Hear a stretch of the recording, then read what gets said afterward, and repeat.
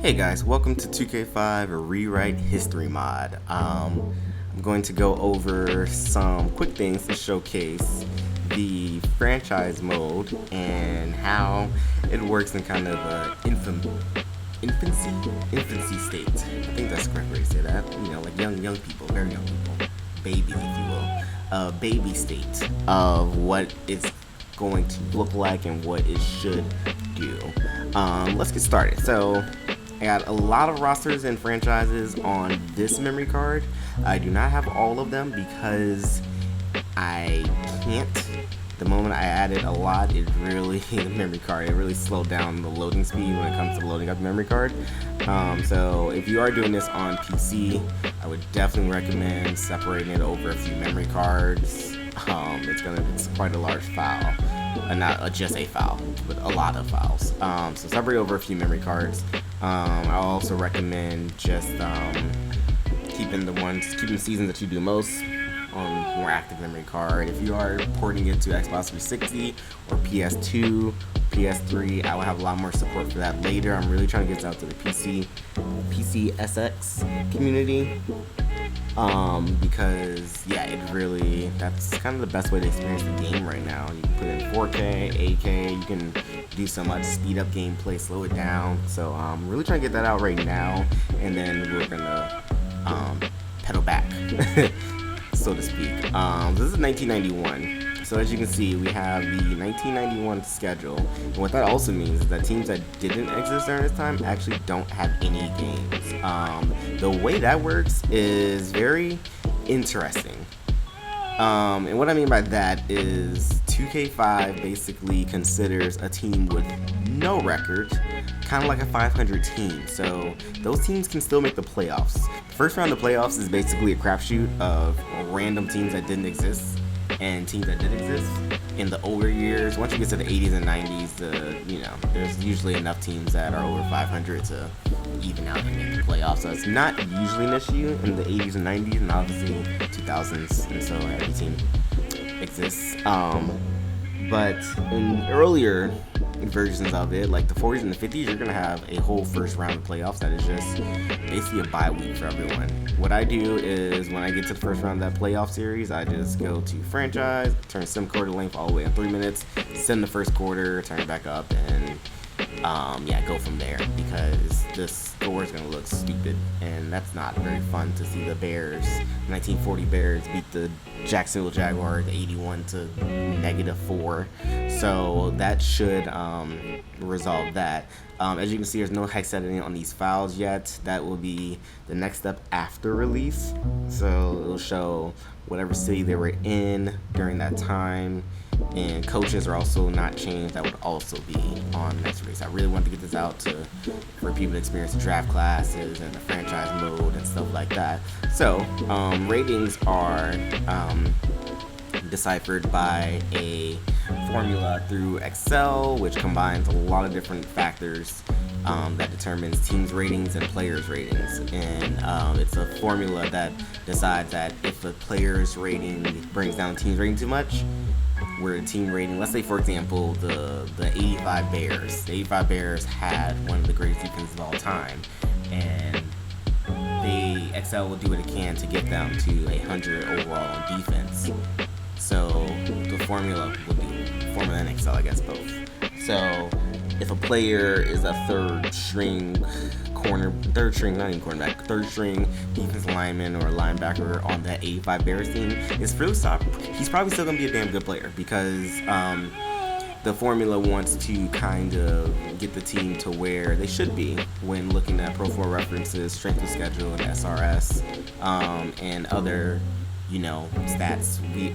The biggest thing I want to do is I want players to play like they should, for one, but I also want teams to play like they should. I want the 85 season to go as real to life as possible, barring injuries and such. I want the 85 Bears to go 14-2, 15-1, 16-0, and I want them to have a dominant defense, because that is what happened. This is 91, 92, I believe. I can't remember what year loaded. But I believe the 49ers won it this year.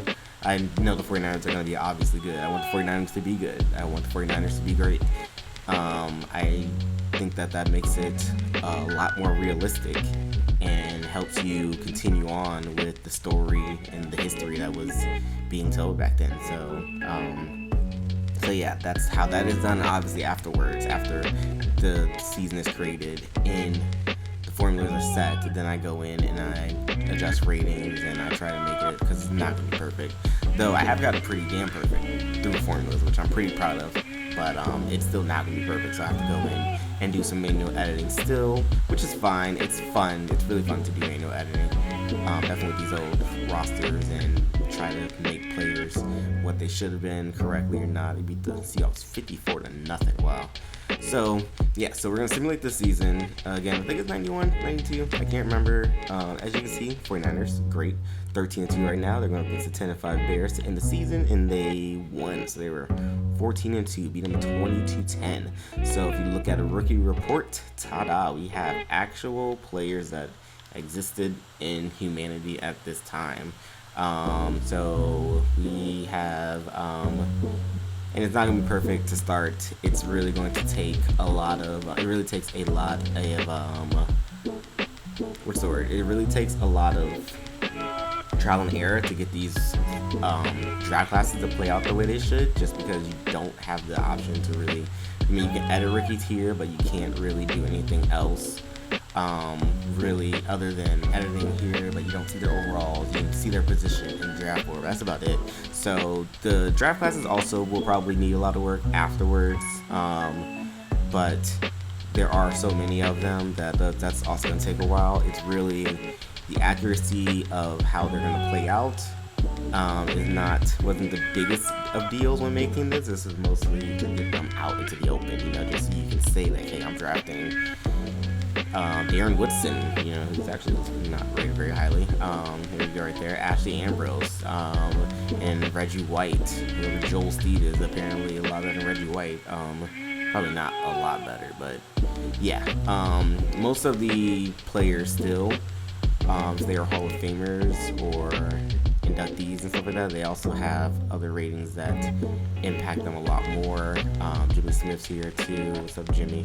Yeah, so very excited about that, and I have draft classes out the wazoo. Got 1936 to 2023 done. They all need to be revised. They're all not perfect. Also is a bunch of formulas that combine all that stuff together, and really Broncos, John Elway won the Super Bowl. I didn't check out player stats like that. Player stats are going to be based off of nowadays, like Jim Kelly throwing for 5,000 yards. I can assure you Jim Kelly probably would have thrown 5,000 yards if they threw the ball the way they do today, and would have probably thrown 73%. Yeah, maybe. Steve Young definitely could have tossed 43 touchdowns.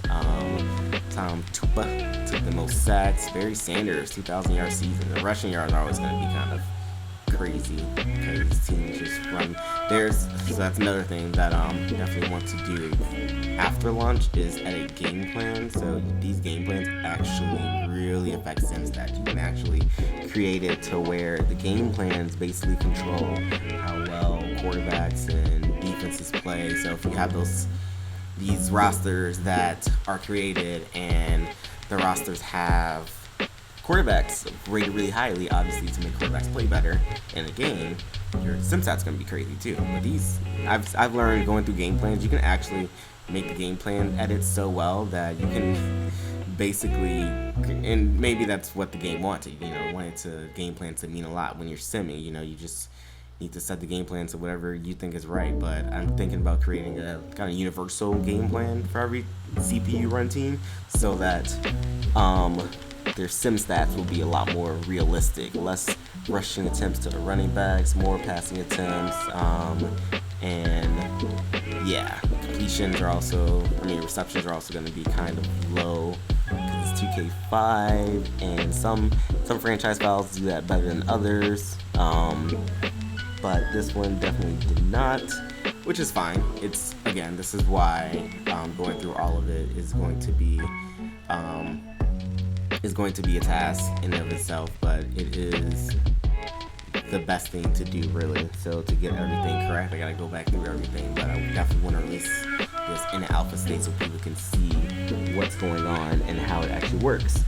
So then the way it will work is you're going to simulate, or you're going to actually do your off season, do your draft, sign your rookies, and the Eagles sign. I always like to see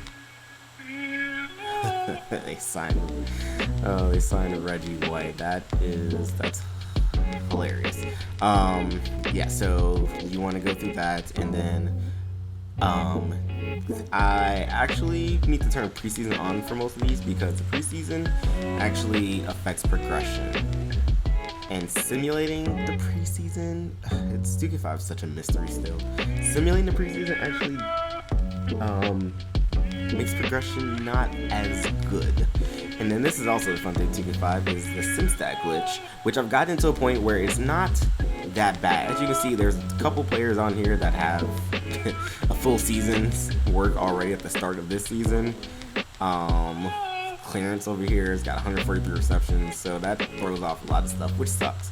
But it only happens in season number 2, and if you are an adventurous fellow, you can actually go through each of these players and totally clear stats.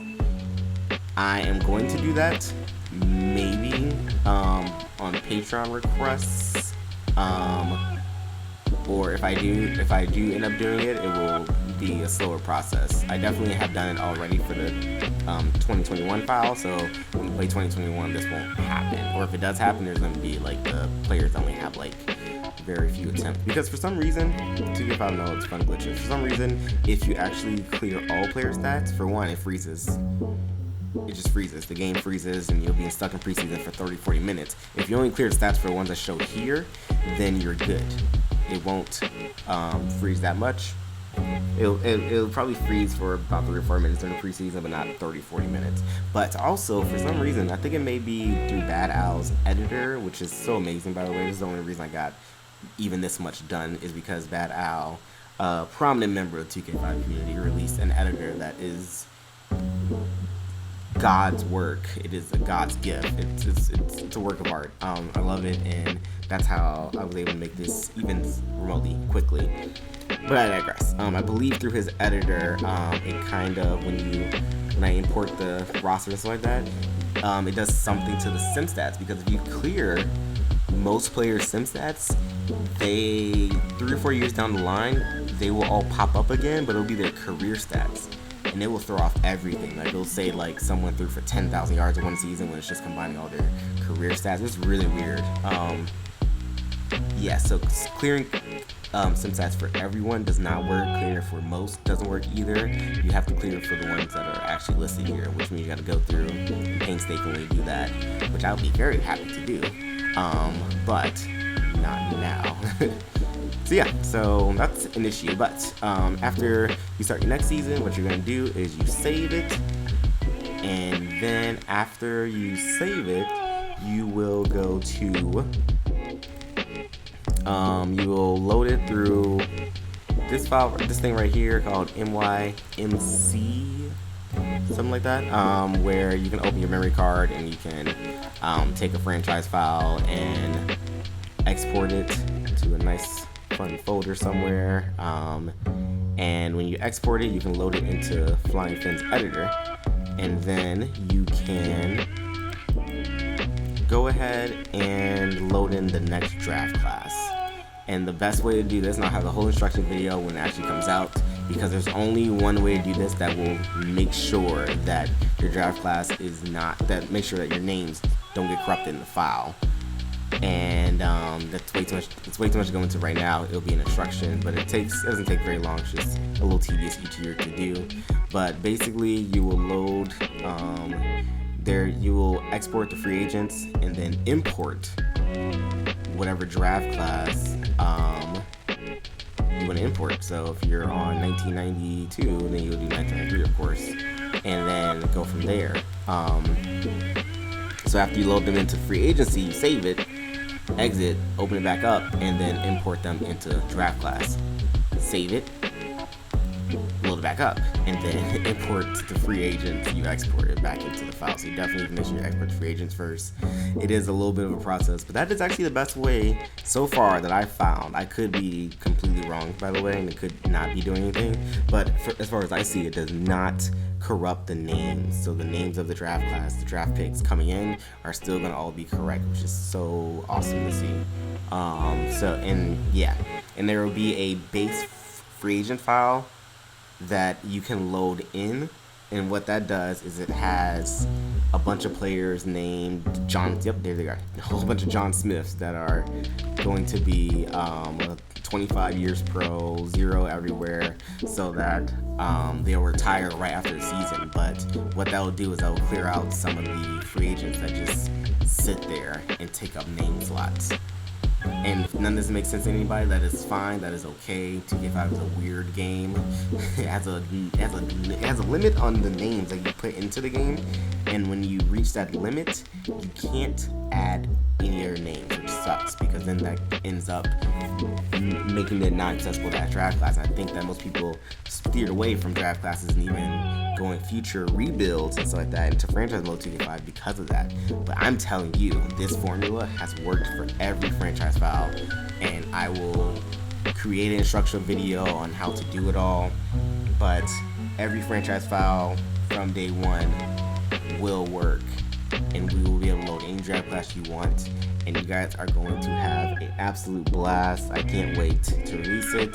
I have to get back to working on it now, and I will create instruction videos on how to load draft classes, correct way to do your franchise mode, and all of that fun stuff when the time comes near to release it to the public.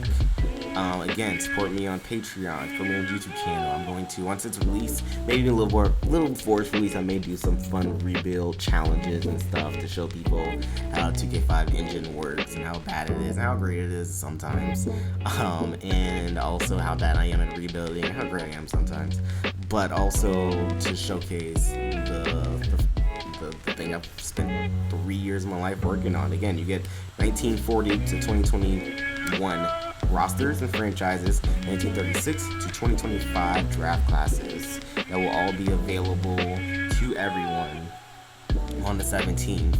And if you are a Patreon member, you will get weekly updates, and you will keep me alive, well fed, probably.